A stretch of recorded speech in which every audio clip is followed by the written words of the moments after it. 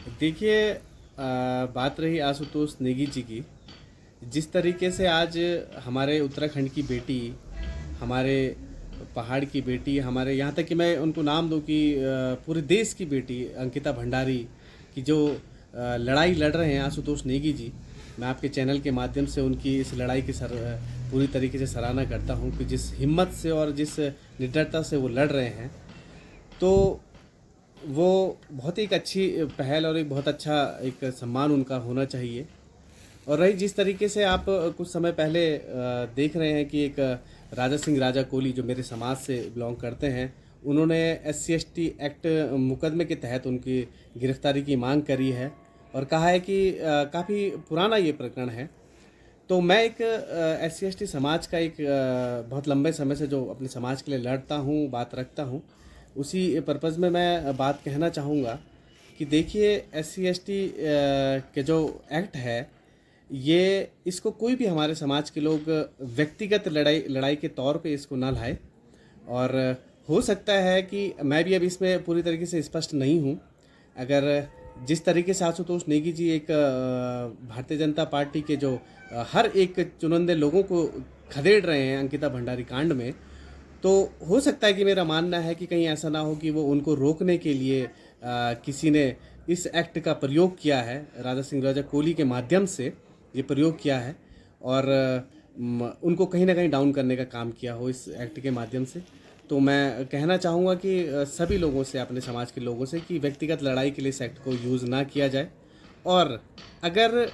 रही बात आशुतोष नेगी जी की, मैं वो जागो उत्तराखंड चलाते हैं और पत्रकारिता के श्रेणी में भी हैं और एडवोकेट भी हैं। मैं अपने समाज की तरफ से और अपनी तरफ से उनका भी धन्यवाद करता हूँ कि उन्होंने अपने चैनल के माध्यम से भी हमारी बहुत खबरें चलाई हैं। ऐसा नहीं है कि वो एक व्यक्तिगत विशेष की खबरें चलाते हैं, बहुत लोगों की खबरें उन्होंने चलाई हैं। तो मैं उनके चैनल के माध्यम से आशुतोष नेगी जी का भी धन्यवाद करता हूँ कि उन्होंने कभी भी ऐसा फ़र्क नहीं मैंने देखा उनके अंदर कि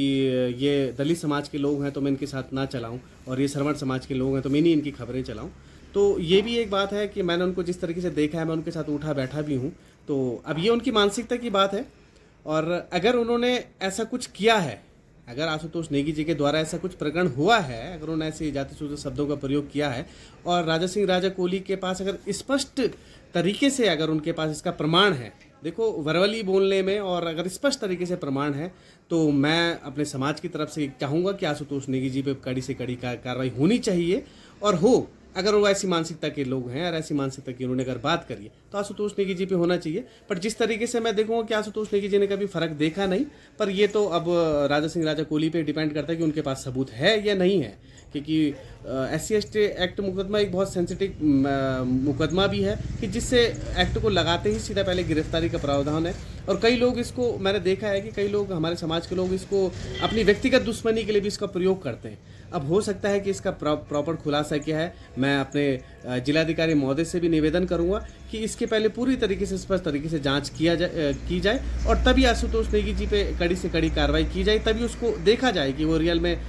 ये सच है कि नहीं है। मैंने फेसबुक में जिस तरीके से राजा सिंह राजा कोहली के जो मैंने फेसबुक के देखे, तो आशुतोष नेगी जी का एक भी बयान मुझे स्क्रीनशॉट नहीं दिखा। हाँ, अदर्स लोगों का, मैठाणी है, कोई 2 लोग हैं मैठाणी, मुझे नाम ध्यान नहीं आ रहा, उन लोगों के द्वारा तो जाति सूचक शब्दों का प्रयोग है फेसबुक में, पर आशुतोष नेगी जी का मैंने अभी तक देखा नहीं। अगर राजा सिंह राजा कोहली के पास है अगर ऐसा कुछ, तो वो स्पष्ट तरीके से लेके आए और उसको DM साहब के सामने रखे और फिर उसमें संज्ञान ले। और वरना तब तक मैं चाहूँगा कि तब तक ऐसी भी कोई भी कार्रवाई नहीं होती, क्योंकि वो अंकिता भंडारी के समय बहुत बड़ी लड़ाई लड़ रहे हैं, उत्तराखंड की बेटी की लड़ाई लड़ रहे हैं। उनके केस को हल्का करने के लिए आशुतोष नेगी जी में भी कोई भी ऐसी कार्रवाई नहीं होनी चाहिए कि पहले, जब तक उनके पास स्पष्ट तरीके से बयानबाजी ना आए।